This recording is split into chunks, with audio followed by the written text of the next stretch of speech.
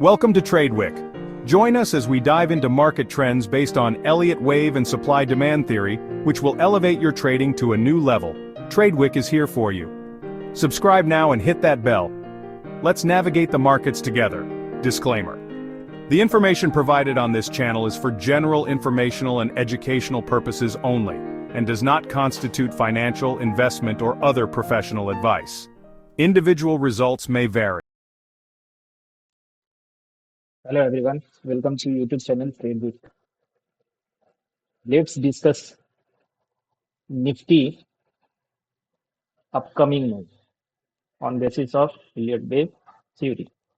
So weekly time frame पर हमने ये डिस्कस किया था कि अप्रॉक्स इतना करेक्शन आना चाहिए, जो ये लेग है उतना करेक्शन आना चाहिए, जो कि समवेयर पहले भी हमने देख रखा है कि ये नियर अबाउट 18% का डिक्लाइन था और इसने टाइम लिया हुआ था ऑलमोस्ट 34 वीक्स, जिसमें हमने यहाँ पर अप्रोक्स लेट मी मेजर हमने 16 पॉइंट का 16.5 पॉइंट का हमने अभी तक डिक्लाइन देखा है।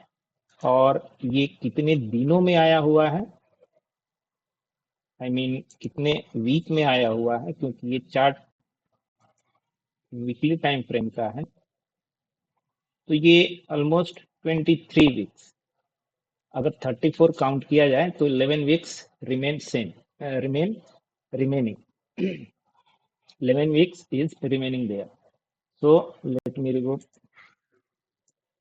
तो अभी तक तो ये क्लियर है कि ये हम एक डिक्लाइन फेज में चल रहे हैं और ये हमें कंफर्म करना है कि क्या ये रिवर्सल बन चुका है या रिवर्सल नहीं है।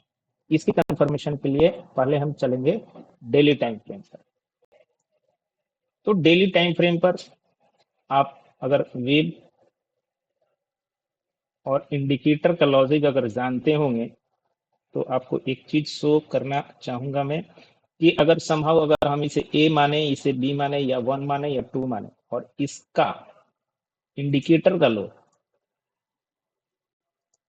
अगर हम प्लॉट करें तो जनरली वेव 4 इस लो को ब्रेक करता है, जो कि डेली टाइम फ्रेम पर हमें यहाँ शो हो रहा है। 2 के करस्पॉन्डिंग जो भी इंडिकेटर बनता है उसकी लो को जनरली वेव 4 का इंडिकेटर ब्रेक करता है, बिकॉज इसे यहाँ थर्ड के साथ जाकर एक निगेटिव डाइवर्जन देना रहता है जब वेव 5th कंप्लीट होने को जाता है। इसी लॉजिक से ये वेव 2 के लो को ये ब्रेक करता है। तो ये चीज तो क्लियर हो गया, हमने यहाँ पर मेजर कर लिया। और इसके साथ में अगर हम वेव थर्ड का, तो यहाँ देख लेना है कि वेव थर्ड का इंडिकेटर का हाई क्या है, तो अप्रोक्स ये है। और सेकेंडली एक सेकेंड हाई जो लगा हुआ है मैंने उसको भी मार्क कर दिया डेली टाइम फ्रेम पर। तो यहाँ पर ये इस तरह का नेचर दिख रहा है इसमें। और अगर इसको मैं और थोड़ा सा जूम करूं, यहाँ पर अब आपको क्या करना है, इस हाई से इंडिकेटर के इस हाई को एक अगर डेली टाइम फ्रेम आपको ऑब्जर्व करना है और रिवर्सल कंफर्म करना है, तो इंडिकेटर के बेसिस पर हम ऐसे ही इसे देखेंगे।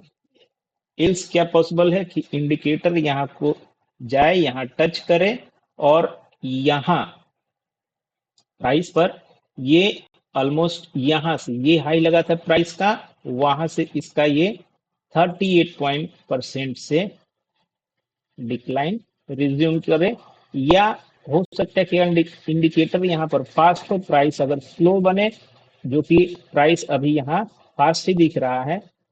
कल बहुत ज्यादा मैटर करता है कि कल का क्लोजिंग कैसा आता है। तो कल का क्लोजिंग अगर 22648 के ऊपर आता है तो हम मान के चलेंगे कि आने वाले वीक में हम 23070 को अचीव करने जा रहे हैं। सो अब इस चार्ट को हम 75 मिनट के टाइम फ्रेम पर कन्वर्ट करते हैं। तो 75 मिनट के टाइम फ्रेम पर अगर इसे मैंने कन्वर्ट किया और सब कुछ डिलीट कर दिया, तो हमें अभी रीड करना है ओनली दिस लेग। तो अगर इस लेग को अगर रीड करने का अगर मैं कोशिश करूं, तो इसे हम डायगोनल का ए लेग मान सकते हैं, बिकॉज ये 3 लेग में आया हुआ है। इस पुल बैक को बी, और यहाँ इस डिक्लाइन को सी, और इस डिक्लाइन को डी मान लेंगे, और लास्ट वाले को ई मान लेंगे, जो कि 3 लेग में आया। क्या ये 3 लेग कंप्लीट हुआ है? तो इसके लिए हमें अब एक ऐसे एक्सटेंशन ले लिया। आइदर आप यहाँ से मेजर कर ले या इस हाई से मेजर कर ले, क्योंकि इसे अगर 3 मूव बनाना होगा तो इसे ए बी और सी रीड करना पड़ेगा। तो मैं ऊपर वाले हाई से ही अगर इसे रीड करता हूँ, तो ये ऑलमोस्ट 100% एंड 100.227% से ये रिटर्न होकर ऊपर चल रहा है। तो यहाँ पर एक कन्फ्लुएंस बनेगा 607, और यहाँ से हमने जो रिट्रेसमेंट हम लोग जो अप्लाई करना है हम लोग को, इस वाले हाई से, आप कर्सर देखिए, प्रायर हाई जो लगा हुआ था स्विंग का, उसके हाई से, और इस वाले लो का। तो ये 607 एंड 649 कल के डेट के लिए बहुत ही ज्यादा पेनफुल होने जा रहा है, बिकॉज जब तक ये ऊपर की ओर नहीं निकलेगा, एक अपसाइड देखना मुश्किल सा होगा। अगर ये अपसाइड निकलता है, तो नेक्स्ट टारगेट हमें मिलने जा रहा है 23071, जो कि नेक्स्ट वीक में वेरी मच पॉसिबल है। इसको मैं अब रिमूव करता हूं, और कल के ट्रेडिंग सेशन के लिए इसे मैंने कन्वर्ट किया 15 मिनट पर। तो यहाँ से जो ये अपमूव जो आया है, यहाँ पर तो क्लियर कट डाइवर्जन अब देखने को मिल रहा है।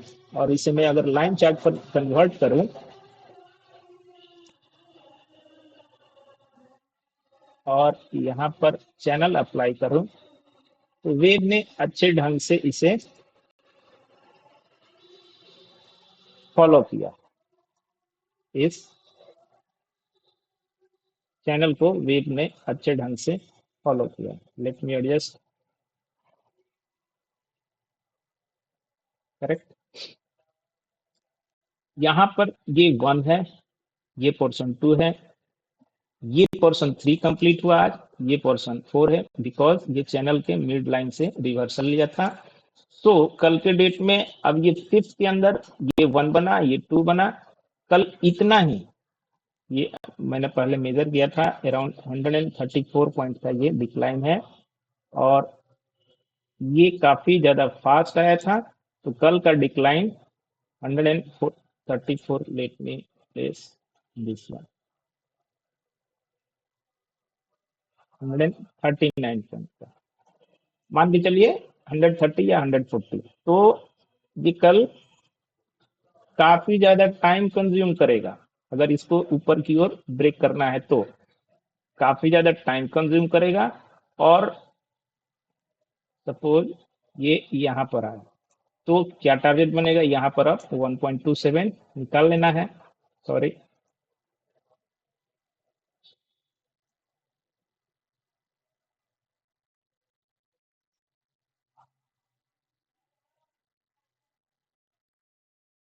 तो 593 और 1.618, 641। तो कल के डेट में हम यहाँ से एक सेल ऑफ प्लान कर सकते हैं। कब?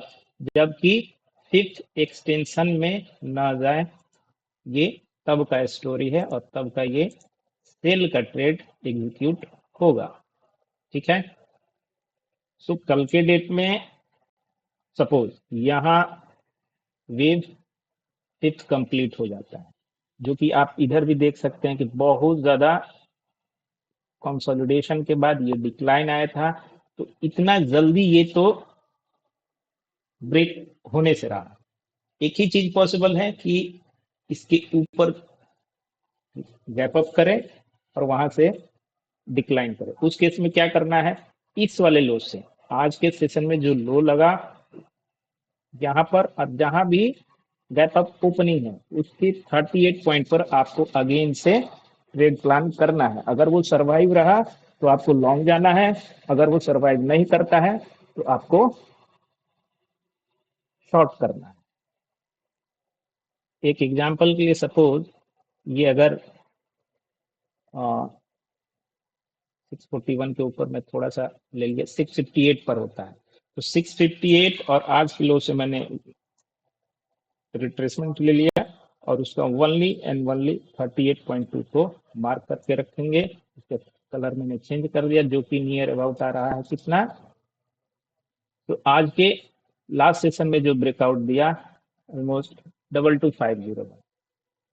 तो 501 कल के डेट में अगर सरवाइव होता है इस एग्जांपल के अकॉर्डिंग, तो आपको लॉन्ग ही रहना है। ये ब्रीच होता है, आपको शॉर्ट जाना है।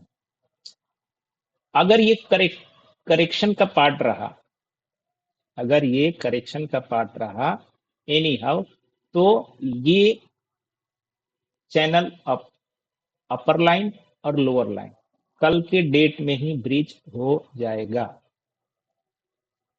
कल लेटर सेशन में या इधर बहुत ज्यादा इसके जैसा कल के दिन में अगर बहुत देर तक अगर ये कंसोलिडेशन करते रह जाए ये 4 बनाने में, तो आप कहीं ना कहीं मान लीजिए कि ये फिफ्थ कंप्लीट नहीं होने जा रहा है, आप नीचे की ओर आएंगे। सेकेंडली, अगर ये बुलिश है और टोटल रिवर्सल है, तो RSI 15 मिनट के टाइम फ्रेम पर आपको 60 के ऊपर दिखाई देगा। वो एक क्लियर कट फिर साइन रहेगा कि हम टोटल रिवर्सल कर चुके हैं और हम अगले वीक तक 23050 को टारगेट लेकर चलेंगे। सो एक बार मैं फिर से सब कुछ डिलीट कर देता हूं और कल के सेशन के लिए मैं आपको लेवल बता देता हूं। तो ये पॉइंट है आपको 139, जैसा कि आपके सामने दिख रहा है 136 है, तो 136 को यहाँ पर प्लेस कर लेना है। जहां भी ओपनिंग हो वहां से ये वेव 4 कंप्लीट करेगा। ये पॉसिबल है, ये 3 कैंडल में बना है, हो सकता है वो 15 कैंडल में बने, 9 कैंडल में बने, 12 कैंडल में बने। ठीक है, टाइम फ्रेम 15 मिनट का ही है। तो अगर ज्यादा अगर टाइम लेना है तो यहाँ ये फिर डाउटफुल केस हो जाएगा कि ये टोटल रिवर्सल है।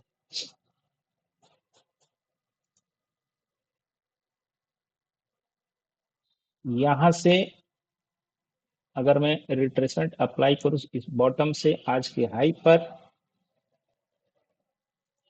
ये 136 पॉइंट से ज्यादा का अगर डिक्लाइन देता है, सपोज 150 180, और ये डिक्लाइन करते हुए 22331 को ब्रेक करता है कल के सेशन में, हम अपसाइड के लिए नहीं जाएंगे, अगेन से हम सेल ही प्लान करेंगे।